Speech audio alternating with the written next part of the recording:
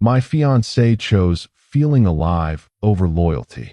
I chose silence, sold the house, erased our future, vanished without closure, and watched her new life collapse in a doctor's office. Hey, Reddit. I don't regret it, she said, standing in our kitchen wearing his cologne. For the first time in years, I actually felt alive. I was holding our wedding invitations. 300 of them. They'd arrived that morning. The envelope slipped from my hands, cascading across the floor between us like confetti at a funeral. I'm 36. We'd been together for 8 years, engaged for 1. The wedding was 63 days away. Her name was on the mortgage. Her clothes filled half our closets. Her parents had already bought their plane tickets from Ohio. 63 days. Say something, she whispered, her voice cracking. I couldn't. My throat had closed. I bent down and started picking up invitations, one by one, reading the embossed script that suddenly looked like a foreign language. Together with their families, blank, and Rachel invite you to celebrate their marriage. Rachel, the woman I'd planned my entire future around. The woman who'd spent last Tuesday, while I was visiting my father in the hospital, in a hotel room with Derek from her marketing firm. How long? I finally asked. She wrapped her arms around herself. Does it matter? How long? 6 weeks. 6 weeks. While I'd been taste testing wedding cakes. While I'd been arguing with the florist about centerpieces. While I'd been transferring money for the honeymoon deposit. Are you in love with him? She hesitated. That hesitation told me everything. I don't know, she said. Maybe. We got caught up in wedding planning and house payments and your dad's cancer, and I felt like I was suffocating. Derek made me remember what it felt like to feel alive. Yeah, you said that. I stood up, leaving the invitation scattered across the tile. Where are you going? She asked. Out. We need to talk about this. I turned to look at her. Really look at her. She'd cut her hair shorter. When had she done that? 2 weeks ago? 3. I hadn't even noticed. No, I said. We really don't. I drove to my best friend Connor's apartment and told him everything. He'd been my roommate in college, stood beside me when I bought the engagement ring, helped me plan the proposal on that beach in Monterey. Jesus Christ, he said, handing me a beer I didn't want. What are you going to do? I don't know. You have to cancel the wedding. Obviously. And the house. You guys bought it together 6 months ago. The house. Our house. The 3-bedroom craftsman with a maple tree in the backyard that Rachel said reminded her of her childhood home. The place where we were supposed to raise kids, host Thanksgivings, grow old together. I'll figure it out, I said. But I didn't sleep that night. Or the next. I lay on Connor's couch, staring at the ceiling, while my phone buzzed constantly with messages from Rachel. Please come home. We need to talk about this like adults. I made a mistake. I'm sorry. Your dad called asking about the wedding. What did you tell him? That last one made my blood run cold. Dad. Stage 4 pancreatic cancer.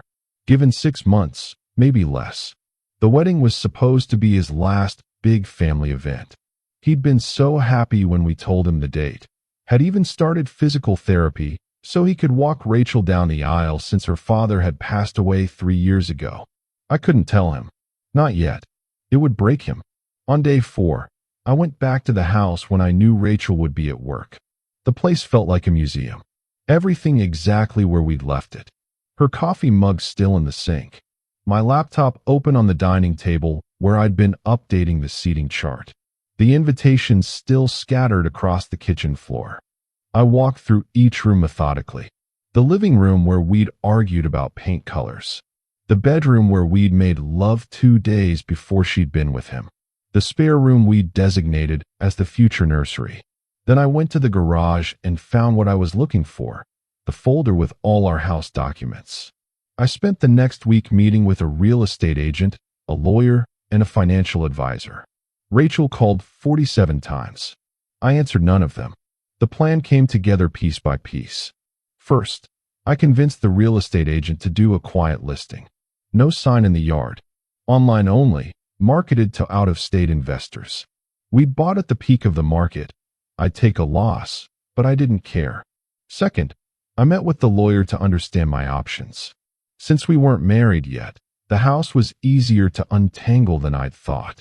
We'd split the down payment 50-50, but I'd been making the full mortgage payments for the last 3 months while Rachel was between promotions.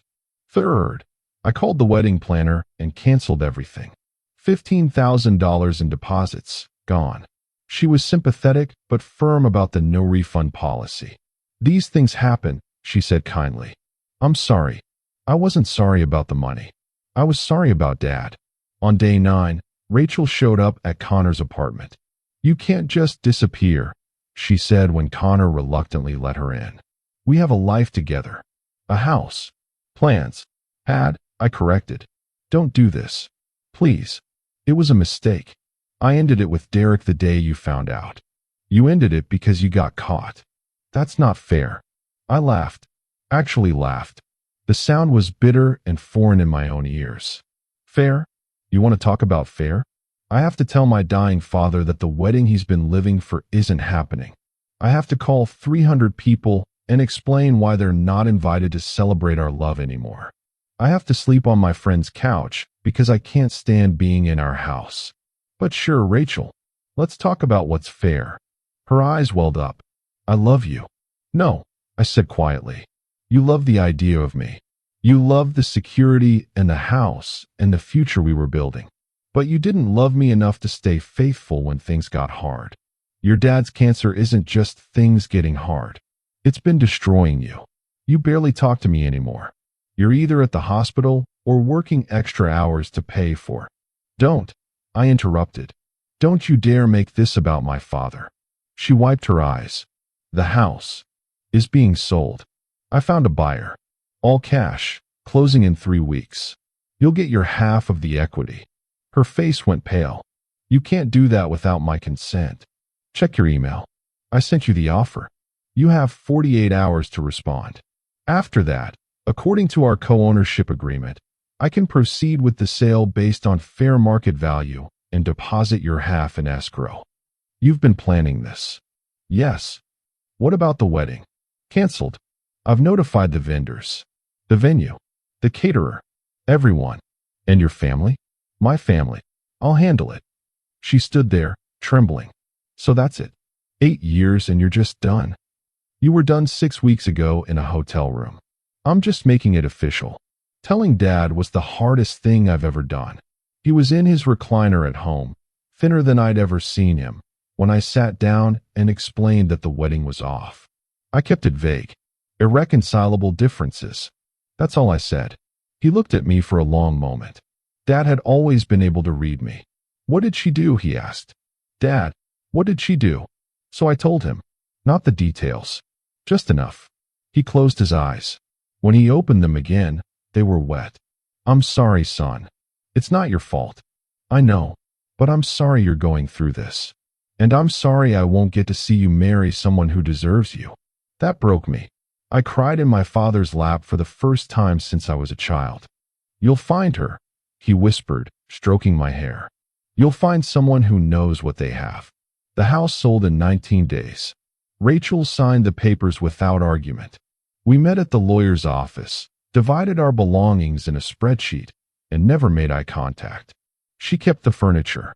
I kept the camping gear and my grandfather's tools. Everything else we agreed to sell or donate. Where will you go? She asked as we stood in the parking lot afterward. I don't know yet. Will you stay in touch? No. She flinched. Never. There's nothing left to say. What if I need to reach you? For something important? I pulled out my phone and blocked her number while she watched. Then I blocked her on every social media platform, email, everything. Goodbye, Rachel. I got in my car and drove away. In the rearview mirror, I saw her standing alone, crying. I felt nothing. I moved to Portland 3 weeks later. Connor helped me pack my Jeep with the few things I'd kept. I'd given notice at my software job and lined up a remote position with a startup based in Seattle. You sure about this? Connor asked as I closed the trunk. Yeah. What about your dad? He's got home hospice now. My sister lives 10 minutes from him. I'll fly back every other weekend. And Rachel? What about her? You really never want to know what happens to her. I looked at him. She made her choice. I made mine. Whatever happens next is her life, not mine. Connor hugged me. You're stronger than I'd be, man. I wasn't sure about that, but I was sure about leaving. Portland was rainy and cold and exactly what I needed. I rented a small apartment in the Pearl District, bought minimal furniture, and threw myself into work. The startup was developing AI-assisted diagnostic tools for rural clinics. The work was challenging and purposeful. I coded 12-hour days, went to the gym, explored the city on weekends. I didn't date, didn't even try. For 6 months, I existed in a kind of productive numbness. Then Dad died on a Tuesday in March. I flew home for the funeral. My sister had organized everything beautifully. The service was small, intimate, exactly what he would have wanted. Rachel showed up. I saw her in the back row of the church, wearing black, her hair longer now. She'd lost weight. When our eyes met, she looked like she wanted to approach me, but I turned away. After the burial, as people were leaving, she appeared at my side. I'm so sorry, she said. Your dad was a good man. Thank you for coming. How are you? Managing. An awkward silence stretched between us. I heard you moved to Portland, she said. I didn't respond. I wanted you to know. Derek and I are engaged. Something flickered in my chest. Not pain, not anger, just acknowledgement. Congratulations. She blinked, surprised. That's it. What do you want me to say? I don't know. I thought you'd be upset. Rachel, I stopped being upset about you a long time ago. I hope you're happy. I really do. She studied my face. You mean that? I do. I'm sorry, she whispered. For everything. I know. Take care of yourself. I walked away before she could respond. Life moved forward in Portland. I got promoted, made new friends, started rock climbing at a local gym. Eventually, after a year, I even went on a few dates. Nothing serious. I wasn't ready for serious, but I was healing. Slowly, quietly, on my own terms. Then, almost 2 years after I'd left, I got a call from a number I didn't recognize. Hello. Is this hi? This is Melissa, Rachel's sister. My stomach dropped. Is everything okay? Not really. I know you probably don't want to hear from anyone connected to Rachel, but something happened and I thought you should know. What happened? Are you still in contact with Dr. Morrison? Your dad's oncologist. Sometimes. What? Rachel's been going to his practice. For treatment. The world tilted. Treatment for what?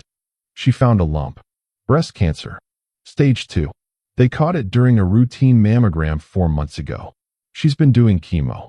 I sat down on my couch, processing. Is she okay? Physically, yes. The prognosis is good. But emotionally, she's not doing well.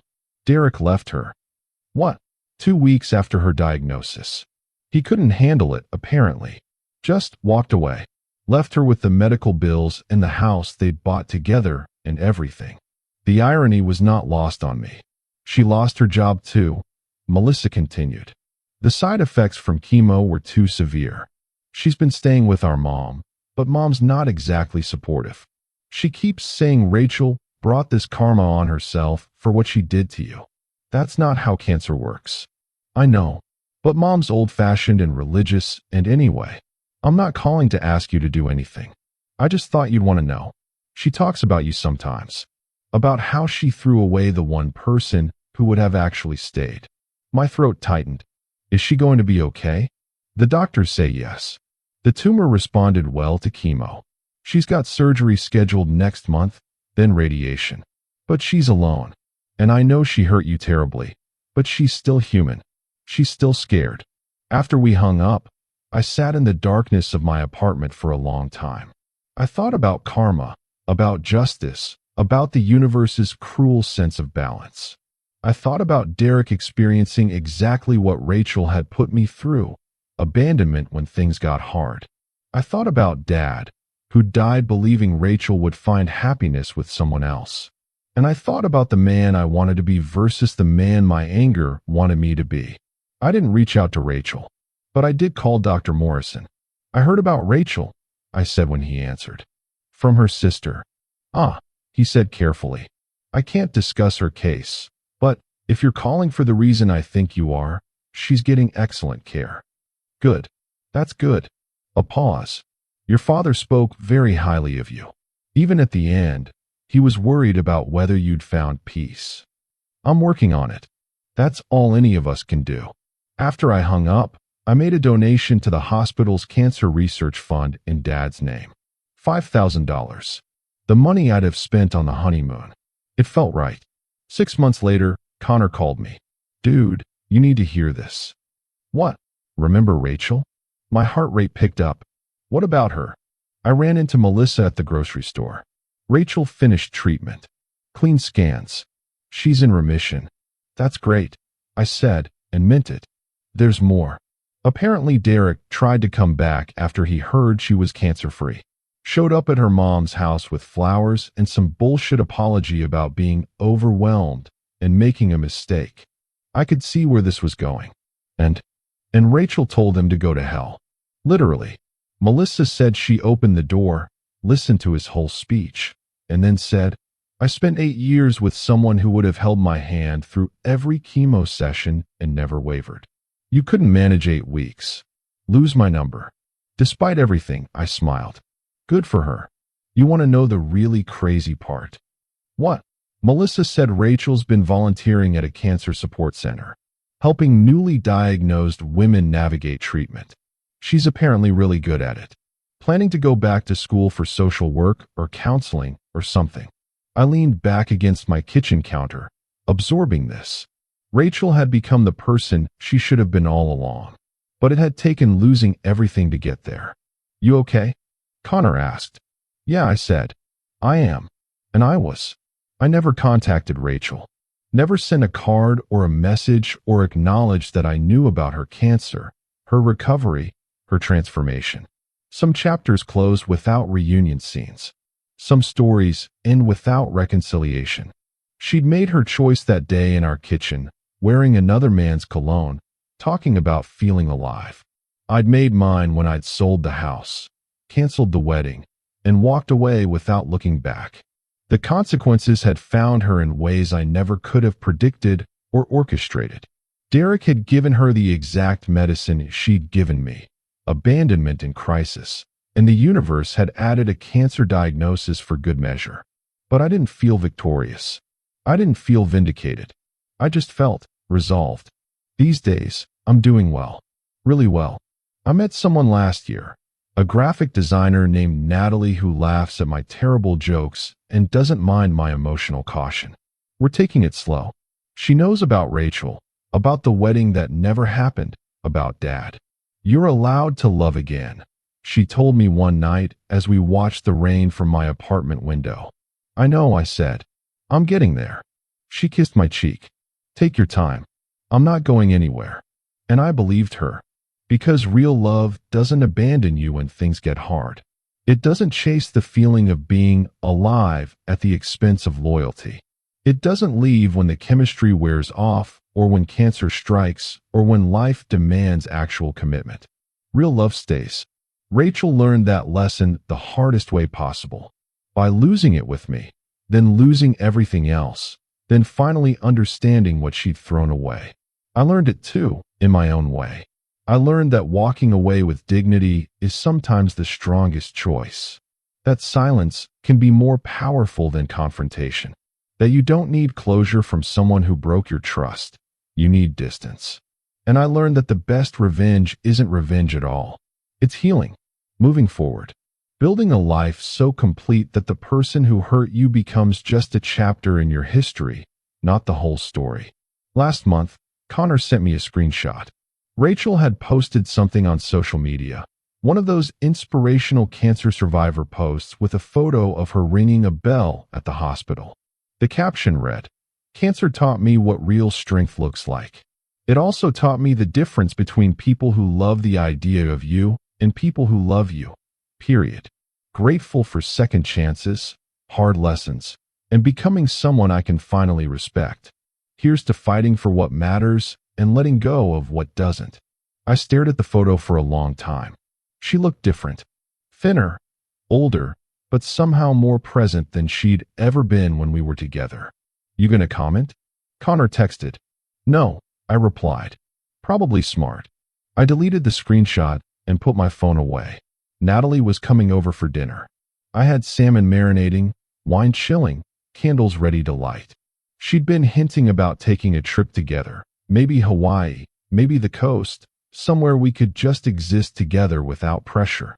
I was thinking about saying yes, about taking that step, about trusting again. The past had taught me caution, but it had also taught me that I was capable of more strength than I'd ever known, that I could survive betrayal, loss, grief, and complete reconstruction of my life, that I could walk away from someone I'd planned forever with and not lose myself in the process. Rachel chose feeling alive over loyalty. I chose self-respect over closure. In the end, we both got exactly what we needed. She got her hard lesson delivered by the universe with Derek's abandonment and a cancer diagnosis that showed her who she really was. I got my freedom, my peace, and eventually, the possibility of real love with someone who understood that commitment isn't a cage. It's a choice you make every single day. I don't know what Rachel's doing now beyond surviving and volunteering and trying to rebuild. I don't need to know. Her life stopped being my concern the moment she prioritized excitement over faithfulness. And mine stopped being hers the moment I blocked her number in that parking lot. Sometimes the best ending isn't reconciliation. Sometimes it's simply both people becoming who they were always meant to be, separately, completely, with no intersection required. That's enough. That's everything.